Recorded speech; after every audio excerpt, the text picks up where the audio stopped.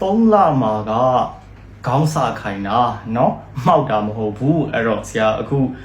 မွေးစားအနေစပြီးတော့ဆရာတစ်နှစ်ခွဲဝန်းကျင်အထိသူ့ရဲ့ပုံမှန်ဖွံ့ဖြိုးမှုလေးတွေကိုပြောပြမယ်เนาะအဲ့တော့အသက်1 လခွဲလောက်မှာ social smile လေးစရတယ်ပြုံးပြတာလေးစရတယ်အသက်3 လမှာက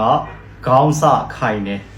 4-5 လမှာကဆရာတို့ပက်လက်ကနေမှောက်တာသူအရင်အောင်မြင်တယ်5 လ 6 လမှာ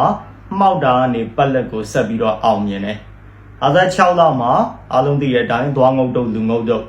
အသက်9 လမှာတွားဖို့စပြီးတော့ကြိုးစားတယ်လက်ကလေးနဲ့ဒီလိုကင်ဖို့တွေစကြိုးစားတယ်အသက်1 နှစ်မှာမတ်တက်ရပ်ဖို့ကြိုးစားတယ်ကလေးတိုင်းမရပ်ဘူးเนาะရပ်ဖို့ကြိုးစားတယ်1 နှစ်ခွဲလောက်မှာတော့ကောင်းကောင်းရပ်ကြပြီဒီအဆင့်လေးတွေက normal အဆင့်လေးတွေဖြစ်တယ်1 လ 2 လရှည်တို့နောက်ဆုတ်လေးတွေရှိနိုင်တယ်ဒီအထဲမှာရှိရင်ကလေးကအဆင်ပြေတယ်